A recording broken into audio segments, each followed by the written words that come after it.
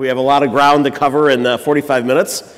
So obviously the panel is about altcoins. A fad, or are they here to stay? I suppose you could probably have a panel about Bitcoins a year ago or a week ago on the same topic.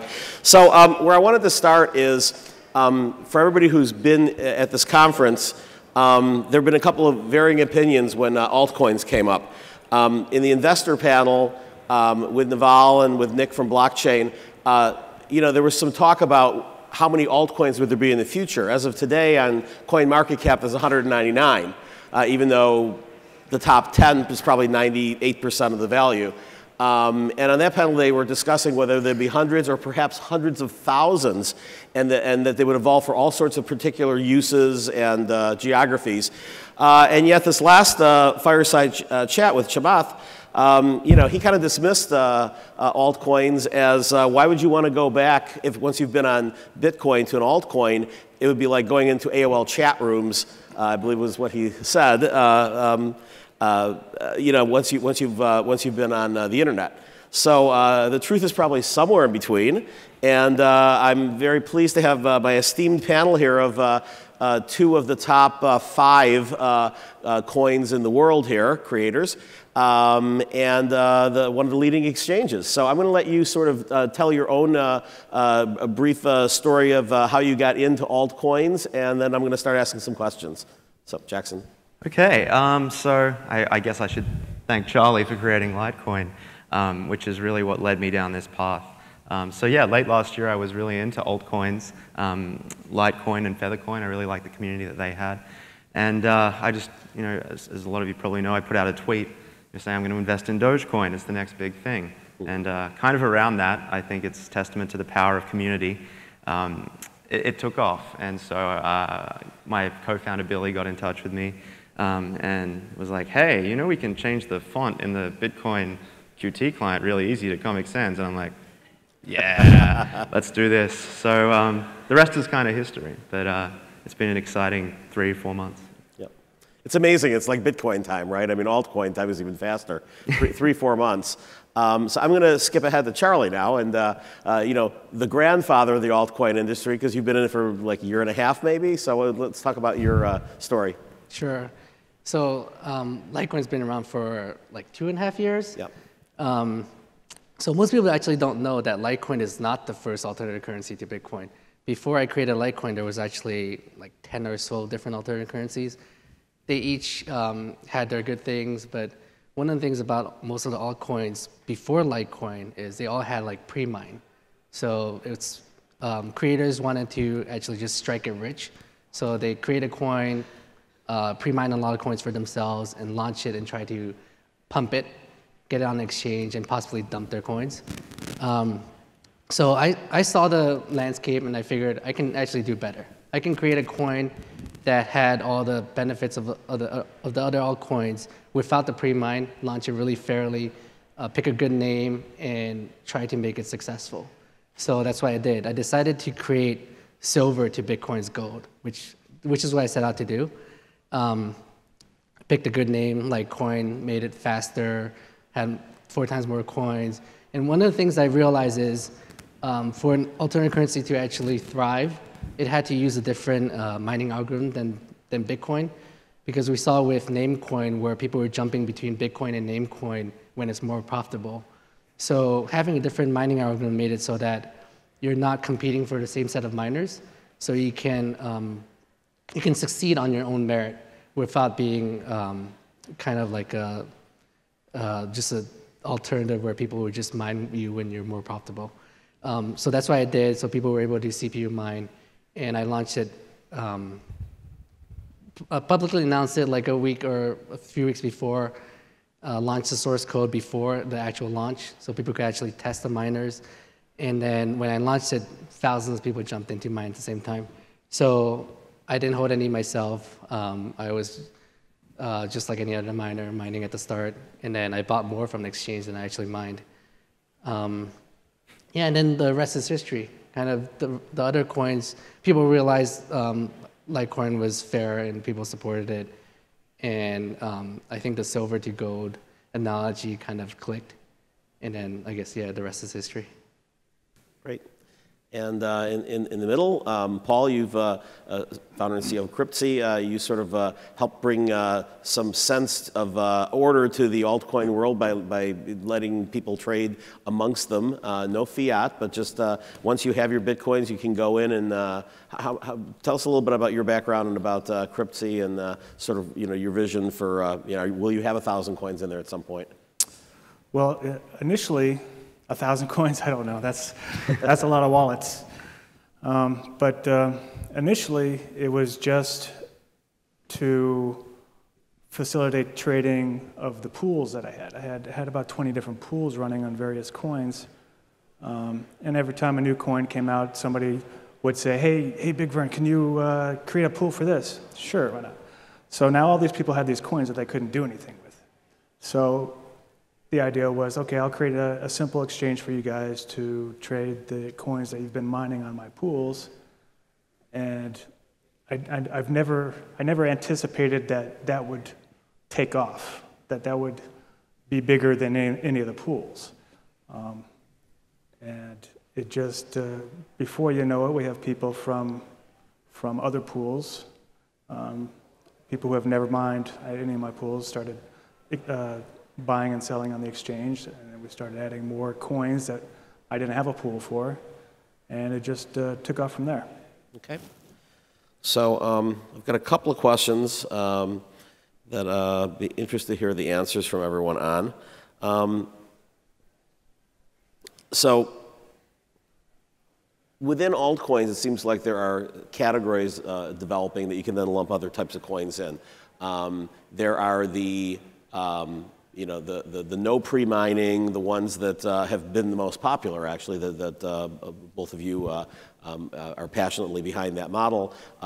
There are the most of the sort of Bitcoin 2.0, because they're trying to fund the technology with it, have been pre-mined, but not pre-mined as a scam coin, but pre-mined to sort of put together a foundation.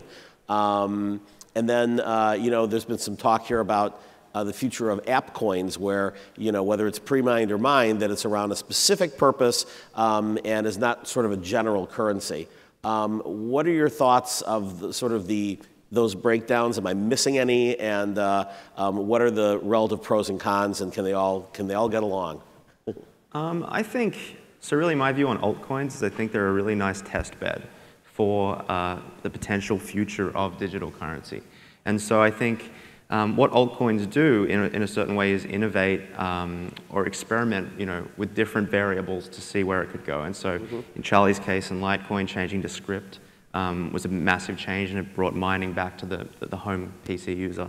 I think in Dogecoin's case, I think it's a case of putting a relatable face to something that is quite daunting to people, and also focusing kind of on the microtransaction side of things. So one of the things we're really exploring at the moment is some of the bottlenecks in scalability that Bitcoin might face, when it really takes off in the coming years. And I think we're all probably big Bitcoin supporters.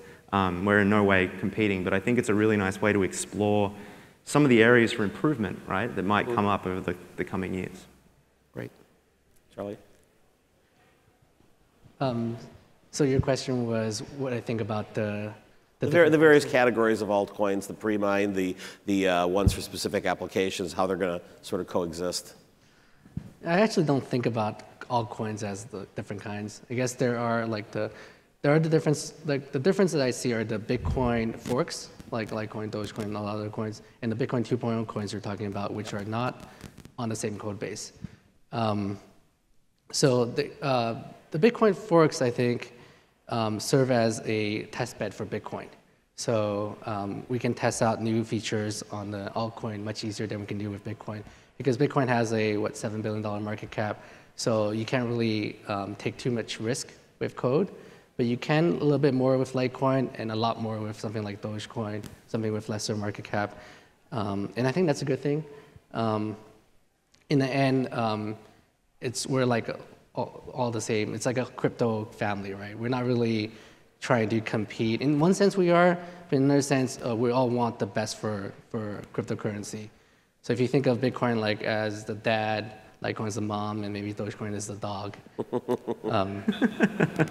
But we're all the same family. One big happy family. Yeah, big happy family. Yeah. So, Paul, are you interested in sort of having all types of coins that have gotten any particular type of traction trading on your service? Sure, if it makes sense. I mean, we'll review the code, we'll review the purpose of the coin, the popularity of the coin. One thing we started doing recently is coin voting to get the coin onto the exchange. We wanted it to be a little bit more transparent as to what coins we're going to be adding. So now we have a list of coins that we're considering and allow people to vote on what they would like. And then we'll pick from the list. We have an algorithm that I use to pick from who's voted. We don't always pick the one that has the most votes, but it's usually up there. But usually, I mean, there are plenty of coins out there that I would like to add that are a little bit harder to add. It took me a while to add Next, just because the protocol is different, and I basically had to write an interface in between our exchange and the Next protocol. But I now that it's working, I think it's a great thing. But I think all these different altcoins have something different. You know, a lot of the new ones coming out, at least. A lot of the older altcoins were just kind of clones of clones of clones. And now some of the newer ones coming out have some cool stuff, like difficulty algorithms that are more adaptive to large changes in the mining hash rate. I think that's something that is important. Like if 50% of the Bitcoin mining hash rate went off, I mean, those blocks are gonna be 30 minutes, 60 minutes, and that's gonna cause a problem for a lot of people. So identifying these problems with the altcoins is definitely better, because it's not gonna have as much of an effect on the Bitcoin economy. I think Paul's right there in that a really nice development community has banded around alternative coins, and in doing so, we're all learning more and more about cryptocurrency. So my hope there is the learnings that we come up with can be kind of contributed upstream into defining the future of Bitcoin. I think to speak to your point about pre-mines, though, I think unfortunately with anything that involves money, there is kind of a lucrative market in people creating these pump and dump coins. So I think that's something that people need to watch out for with any coin that's been pre-mined for IPO or something like that. But you could have a pump and dump on something that wasn't pre-mined as well. Totally. No, absolutely. I think you just have to look at the developer's intentions when they launch something. Okay. So I just realized that I didn't give my background. So my name is Michael Terpin. I'm at Michael Terpin on Twitter. And I come from a marketing background, as you do. I been in PR and online marketing for 20 years. I'm probably best known for starting MarketWire, which is a Sequoia-based backed company that we sold in 2006. And I co-founded the Bit Angels with David Johnston and Sam Yilmaz. Seems like 15 years ago, but it was actually 10 months ago. And we have 400 angel investors. We've screened over 200 deals. We did 45 presentations and invested in 12 companies. And so that's sort of like, you know, I'm very caught up in kind of Bitcoin speed, and altcoin speed seems even faster than Bitcoin speed. We also, my day job today is I have Social Radius, which is a social media marketing firm, and Transform PR, which works with a lot of startup companies, including about a dozen Bitcoin companies. One of our big clients is KNC Miner, who just came out with a script mining, and we also represent Kraken. On the mining side, I know one of your intentions was to sort of like not have this arms race go on in script mining, and now with the new set of ASICs, are we going to have to look for something else now with the 100 mega hash? Is that going to be in the terahash in another couple of years? And will there be something beyond script for mining? I mean, obviously with Dogecoin, one of the great appeals is people look and they say, oh, 3 years ago, I could have gotten in at 7 cents. Now it's $700. You know, too late, but I could still get a Doge at like a penny. Yeah. So I guess that's a two-part question. But is there something beyond script mining?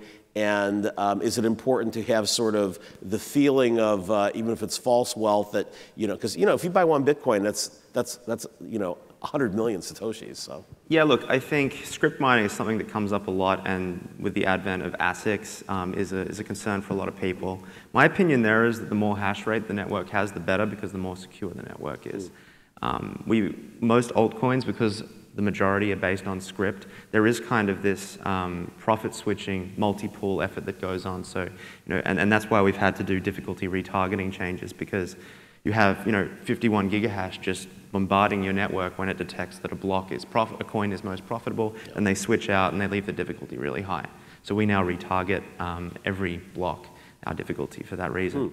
I think if these script ASICs are affordable and can be put in the hands of the consumer, so the person at home, then I think that actually spreads out the hash a lot better, rather than putting potentially more than 51% of the hashing power, especially for some of the smaller coins that are just starting, in the hands of one of these multipools. I mean, what's cool is that you still, because a lot of these bigger $10,000 boxes haven't shipped yet, you still can actually, get some Dogecoin with a PC and a graphics card. You can. Like you could Bitcoin 2 years ago, and now you can't get Bitcoin. You could have that running Bitcoin for 1,000 years and not get a Bitcoin. Well, I think the other thing with Dogecoin, and sorry, I'm sure you guys have opinions as well, the thing with Dogecoin is, due to the kind of accelerated targets, 60-second block target time, we're actually going to reach our cap of 100 billion coins by the end of this year. And so I think it's going to be really interesting. Like I'm saying, it's a test bed for Bitcoin. I think it's going to be a really interesting exploration of what happens to miners, what happens to the network and the security once we reach that cap. So I'm really excited about that, actually, and I think I think we might actually beat mainstream script miners by the time I don't think they'll be in people's hands until that cap is reached. So because it's a short panel, I'm going to actually change the question for you, Paul, which is if you look at CoinMarketCap, in general, when Bitcoin's going up, the altcoins are going up. But every day there's just wild variations for all sorts of different reasons. Aurora coin is fascinating because that was really the first, another Spain coin and a few other ones, that was a coin where the pre-mine, you had to actually be an Icelandic citizen, and this week we had the airdrop where people went in and claimed their citizenship and got about, I guess, $40 worth of coins, or 40 pounds worth of coins, and yet they're down 30% today.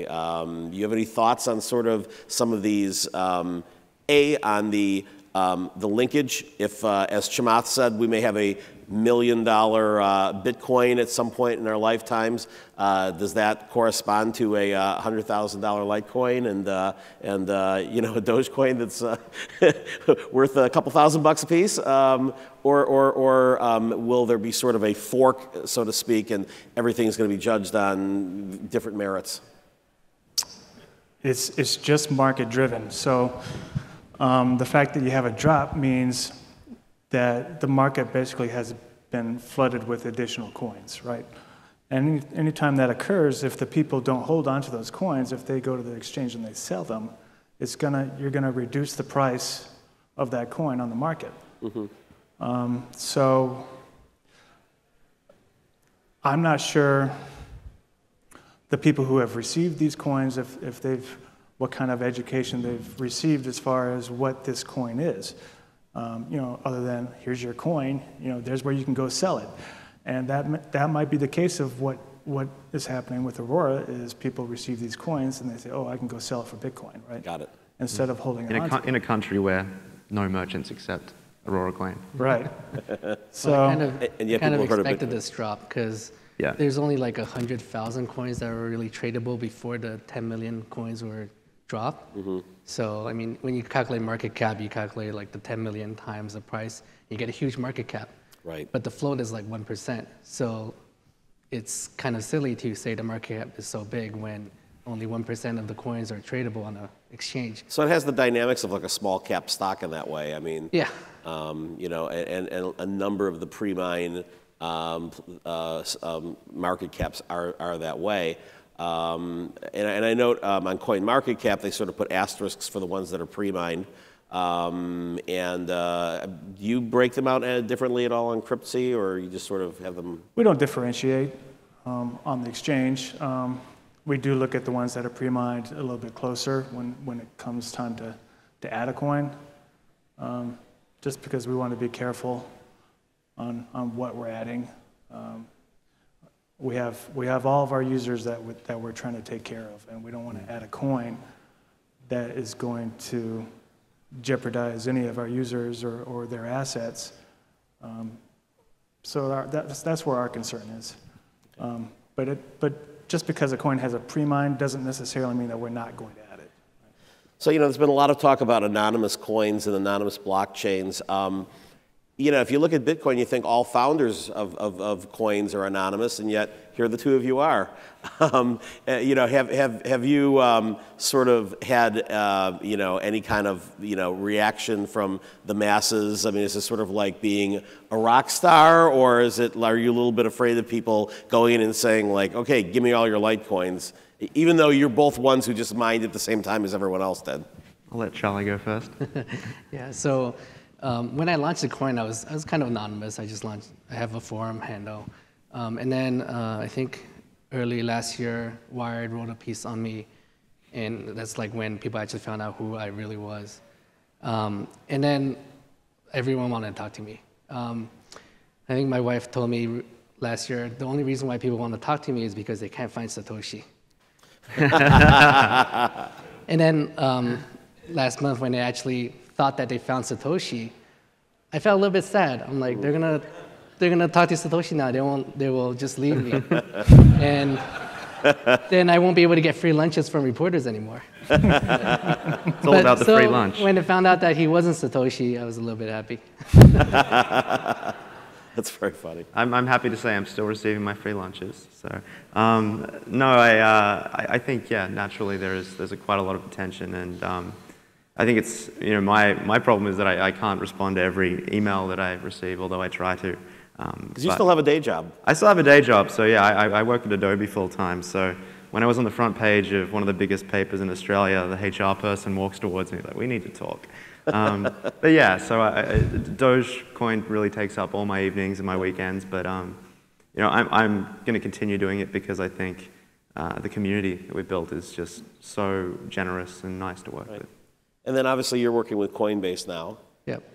If all of a sudden your particular coins are worth 100x and what they are today, and there's mass adoption well beyond what it is now, do you see yourselves as sort of being full-time for a foundation or some kind of aspect of a group around the coins you created? Well, right now I work full-time with Coinbase, but nights and weekends I spend time on Litecoin. I do a lot of evangelizing, come to conferences and talk about Litecoin. I haven't imagined if it goes up another 100 times. I mean, I totally didn't expect that it would be where it is today. Mm-hmm. It reached $1 billion market cap, which blows my mind. Yeah. But this is going to be my life, I guess. Yeah. And actually, as you've pointed out, and I think the first time I saw it was just on your Facebook page, but Litecoin did outperform Bitcoin in 2013. Yeah, it did. Bitcoin went up 50 times, and Litecoin went up 300 times. But I mean, Bitcoin is already speculative enough. If you want something even more speculative, you invest in altcoins. So, this will be sort of my last question before I turn it over to the audience. Because all these new coins, kind of start out with the same equal opportunity to get in from the beginning, obviously you're betting that one of them will become the next Litecoin, the next Dogecoin. So are we at the early days just that people 5 years from now will say man, I could have gotten into Dogecoin at a penny, or when people obviously got into Litecoin, Bitcoin was already fairly highly priced a year ago comparison, and you were still in pennies. So is there a sort of feeling that we have in altcoins now that mimics what people in Bitcoin had in 2011 when they were just a few hundred crazy people saying this is going to be $1 million coin? Everybody's like, somebody get him in a rubber room. I think that the community kind of mimics early Bitcoin. There's a lot of enthusiasm, a lot of development action, which is great to see. But I think really at the end of the day, the viability of a currency is really based on who's willing to use it and the value they place on it as a standalone store of value as opposed to how much you can cash out to US dollars for. So we kind of have a saying that 1 Doge equals 1 Doge. And really our goal isn't to drive the thing to $1,000 or something. It's really to encourage active use, and we have hundreds of businesses accepting Dogecoin. Coffee truck down the road from my work accepts Dogecoin, which is really cool. And we, I think we've started to kind of spread across social media in the form of microtransactions. So I think it's all about active use. The digital currency that'll win is the one that's being used by the Now you've mentioned, of course, community and the social aspects a number of times. When Chamath was up here, he smiled and didn't answer the question of whether he's been recommending Facebook to have their own coin. If there were a coin on Facebook with 1 billion users, and it was somehow tied to the trust level of the person there, would that be a game changer for altcoins, rather than just simply adopting? I think they're going to do it. I think we're crazy to think that the big corporations aren't sitting around saying, "Hey, we have a billion active users who we could push onto Facebook coin," right? So I think we really, as a cryptocurrency group, need to band together and work on areas of improvement, get that adoption, because when a company releases their own coin, it's not going to be decentralized. I think we can be sure of that. Yeah, sort of a stack. So actually, one question I wanted to ask at the beginning, I'm going to ask before the questions. I'm assuming pretty much everybody in the room has at least one Satoshi of Bitcoin. How many people here have at least 1 penny worth of an altcoin? Okay, it's 2/3 of the room, much higher than I was expecting. That's awesome. Okay, so we'll turn it over to questions for all you altcoin users in the back. Gentlemen, hello. I run AuroraCoin.com. Just had a quick correction for you. You said the value is about 40 euro. Right now, the stake is about $235 worth, where if you're an Icelandic citizen, you go online and claim it. And we're seeing some exiting into Bitcoin and presumably fiat, but there's a lot of holding going on. 3 days in, about 1 in 30 Icelanders have claimed their stake. Gosh, if I'd known I'd have him on the panel there, I was sort of just kind of looking from some of the reports that I'd seen, but thank you for the clarification. I think what Aurora Coin has going for it is it's kind of hard to sell Aurora coins because it's not, is it accepted on Cryptsy? Mm-hmm. Yeah, so I mean, people aren't educated about the coin. So I think a better approach would be to educate people to get merchants on board. Yeah, I think in an economy where, I'm not sure if everybody knows about the Icelandic economy, but like the kroner is just like on the floor. I think we do have to be careful that, if I was in Iceland and I was receiving, a couple $100 US, I'd probably be tempted to cash out and spend it when I can't go down to my coffee cart and spend Aurora coins. So. Yeah. Okay. Hello? Yes, there we go. So I think, Jackson, you mentioned that when your face appeared with Dogecoin, the Adobe HR came to talk with you. I'm just very curious, what did they say and what was your response? Adobe's an awesome company and they're very supportive of it. I think they like the fact that we're supporting charity with Dogecoin, which is something that I really want to continue driving. And look, any company wants to be at the ahead of the game in terms of innovation. So yeah, I think they're supportive of what I'm doing.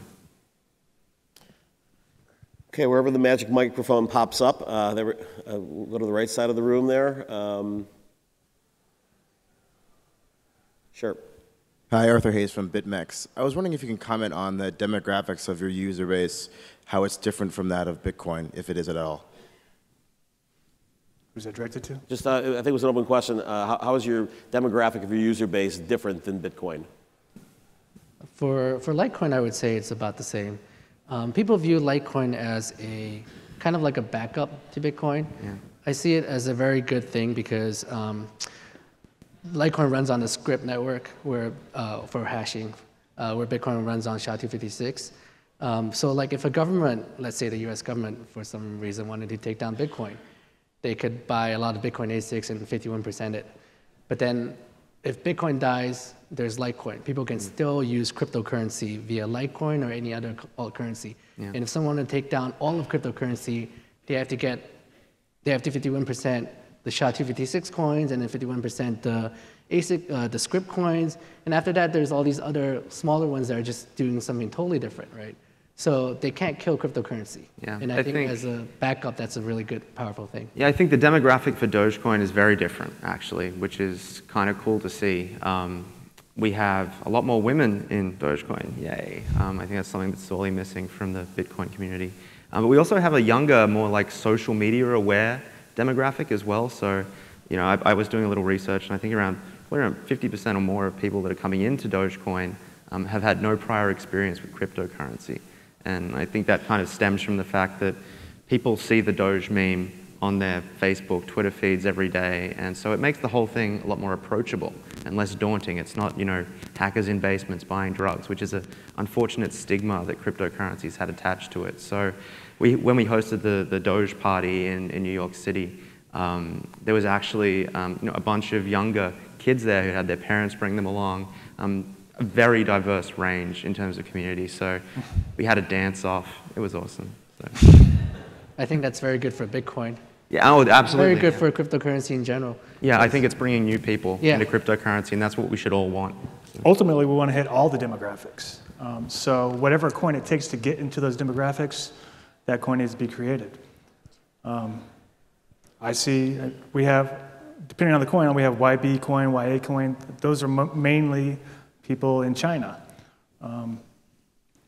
And they come to the exchange, they change out their YB coin, they get something else, and now they're introduced to a new coin. So it's good that we're getting a lot of younger people in.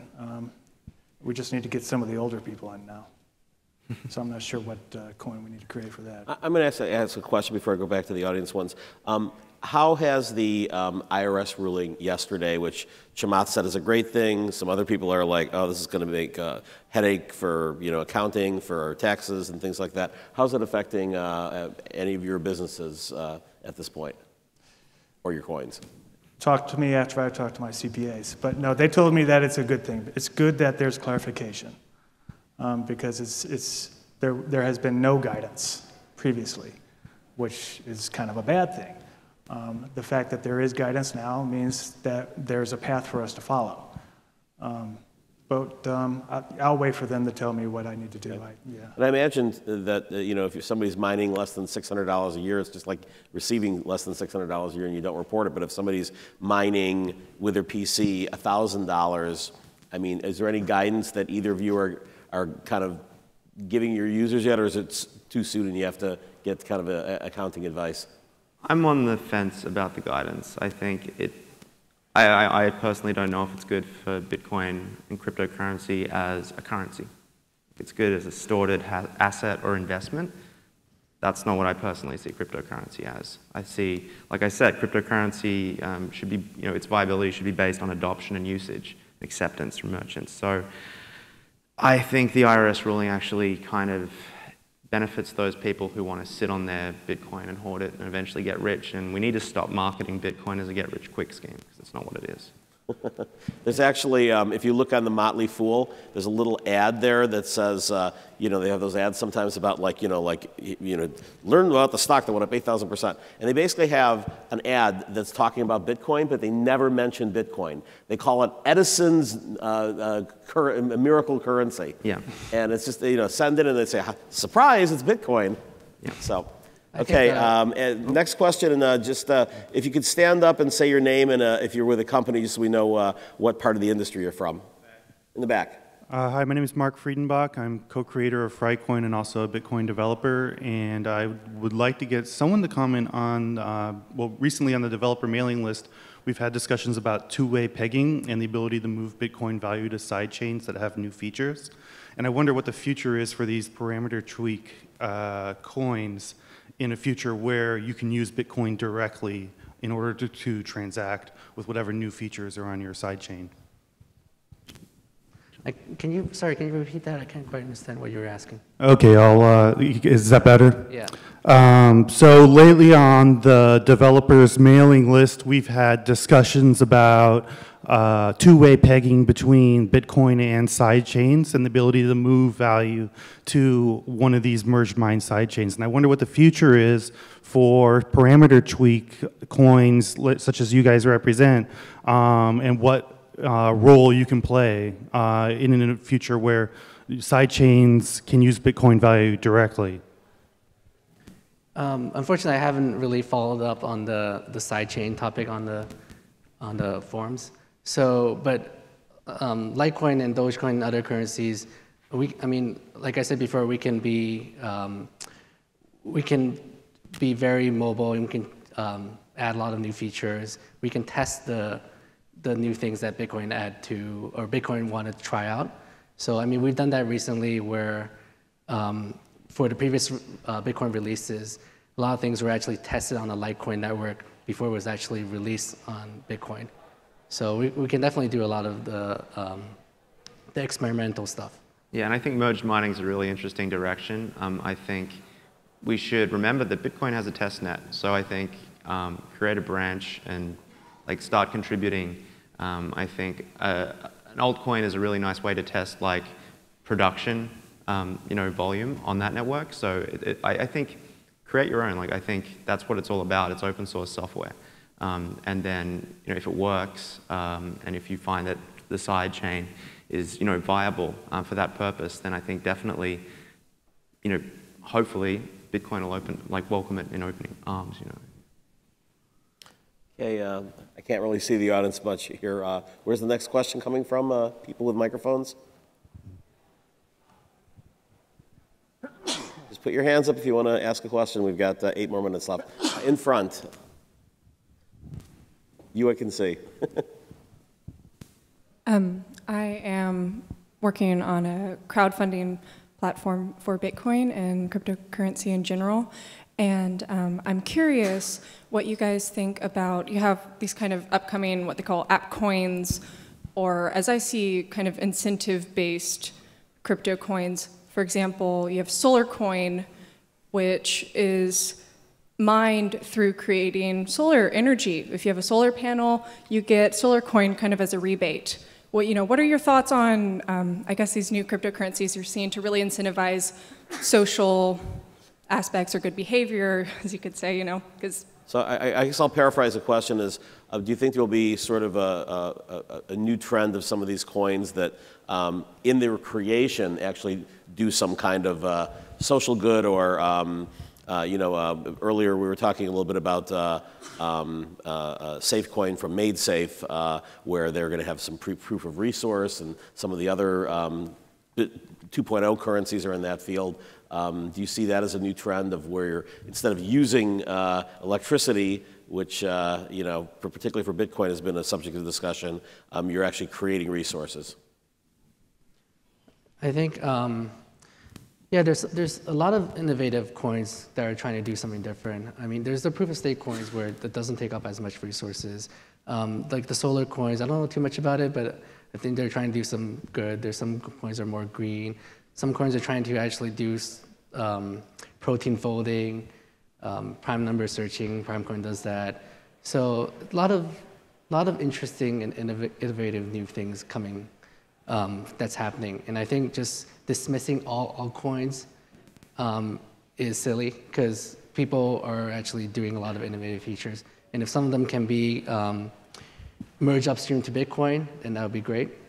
And if not, then there's always people who are interested in these altcoins that are providing other values. Absolutely, yeah. I think we're all part of one of the greatest economic experiments there's ever been, and I think. A really good analogy I've heard is that this is like the beginning of the internet, and a bunch of different protocols came up, and some succeeded because they were the best. And I think I'm really interested in looking at replacements of proof of work. I've been talking with people about proof of device, proof of person as interesting ways of getting around that. So absolutely, I think that's what altcoins should be about, is exploring other tangents that digital currency could go off in its improvement over time. Yeah, I think definitely if we can stop using so much electricity, it's a good thing. But with alternate proof of works, we just have to be kind of careful as we don't have a decentralized currency that now has a central authority on distributing the... Yeah, absolutely. I think just to extend on that, I think one of my big problems with proof of work and the current mining ecosystem is that it does have this kind of inbuilt nature to make the rich richer, and that if you can afford a mining rig, you can afford ASICs and the electricity costs, then you can get rich off Bitcoin. And that's, you know, I think as a global currency, I don't see that working, because people in Africa that just have a cell phone should be able to participate in our currency at the same time. So Jackson, I'm going to ask a question about, you know, there's been a lot of speculation. There was on one of the panels earlier about, you know, during Black Friday, Bitcoin Black Friday, there was like 1.5 transactions per second, and the current, you know, infrastructure can support maybe 7. If there's 100 times the actual commerce going on, or 1,000 times the commerce, do you see a scenario where Bitcoin is mainly a store of value, and people, when they get Bitcoin and they want to spend it, actually go into Dogecoin or something else that's primarily not a store of value, but more of a transactional chain? Potentially, yeah. Look, I think while we're still learning, I think over the coming years, you know, this isn't going to happen overnight, right? Right. Bitcoin isn't going to scale overnight, and so I think in the interim, as we see something like Dogecoin perhaps cement itself as the internet currency for microtransactions, and we deal with those scalability issues and we learn all these lessons, then we can report that back to the Bitcoin team and say, well, you know, we have huge scalability issues with the daemon, for instance, right? Which is, you know, when we're talking about transactions per second. And yeah, I think it's all a learning experience, but I think Bitcoin can't change overnight because it's a huge multi-billion-dollar economy, and so that's what we have the ability to do. I think that the different blockchains will share the worldwide transaction volume, because I just can't imagine where every single coffee purchased by every single person in the world is all stored in one blockchain, right? All stored in the Bitcoin blockchain. So I can imagine where you'll buy more expensive stuff with Bitcoin, buy cheaper stuff with Litecoin, and tipping with Dogecoin, or just you can serve as various functions. And we shouldn't be scared of that, of the idea of multiple blockchains, because the core of what we all hear about is blockchain technology, right? And although we've just started, you know, exploring currency via the blockchain, there's DNS via the blockchain. Like, we could reinvent the whole online system, you know, using the blockchain. So I think we should all be open to the idea that, you know, in 10 years, the whole online system might be built around blockchain decentralized technology. That's definitely something that has been discussed frequently in the last few months. Yes? So what have you guys done in terms of standardization? Have you brought your work to like the IETF or any other standards bodies? Internet Engineering Task Force, I assume you... No. Haven't yet. So in the Bitcoin Foundation. So in the old days when we invented the internet, we had a bunch of routing protocols that we had to do that looked similar. There was parallel efforts, people did innovation, it was great stuff. But what needed to be done for interoperability was you needed to kind of converge into one type of either currency or blockchain or something. What the problem we had in the early days is that we had to interwork between all these protocols, and it made for huge OpEx in running networks. So do you guys envision, well, no, so the cool thing is that because we are based off the same code base, it's easy for Cryptsy to come along, you know, unlike NXT would have been harder, but because it's all based on the same kind of core Bitcoin protocol, you can just run the same daemon and you've still got the same JSON RPC calls working. So there is some standardization. For access to it, but the algorithms are different, and how do they interwork? Pardon? I'm worried about the algorithms being different from one, you know, Okay. I'm not convinced that mining could be kept separate in parallel, but if you wanted to combine blockchains for scalability or for unification or easy management, will you be able to? Oh, look, I think this stuff's definitely going to standardize over time, but we're in our infancy right now, and we're still, you know, still crawling. And the blockchain is all about decentralization, as opposed to when you were stitching together the global internet, it made sense to have the same standards so that you weren't having to have 19 different email codes where you're going, whereas within the blockchain, that's pretty much taken care of within each blockchain, and then you've got you know, places like Cryptsy where you can translate, and there's also a lot of people working on, like, you know, multi-currency wallets, so you don't have to have 15 wallets. So let me put it a different way. Why does a single currency have to have its own blockchain? Why can't you have multiple currencies with one blockchain? Is that possible conceptually? Does it make sense? Well, look, that's where colored coins kind of start coming in, and CoinPrism did a really cool demo yesterday about that. I think for that, that's a fantastic use, and that's exactly what you're talking about, is multiple kind of currencies within the same Bitcoin block. And there's several groups working on that. We've got BitAngels funded a large part of Mastercoin, which is a protocol that lays on top of Bitcoin. But it's not an either or. I mean, as Charlie was saying, it's good to have something in case the blockchain in SHA-256 gets blown up. You've got, you know, innumerable script alternatives. So we have 10 seconds left, so I don't think that's enough for a question, but time to thank our panel, and we'll all be around for questions afterwards.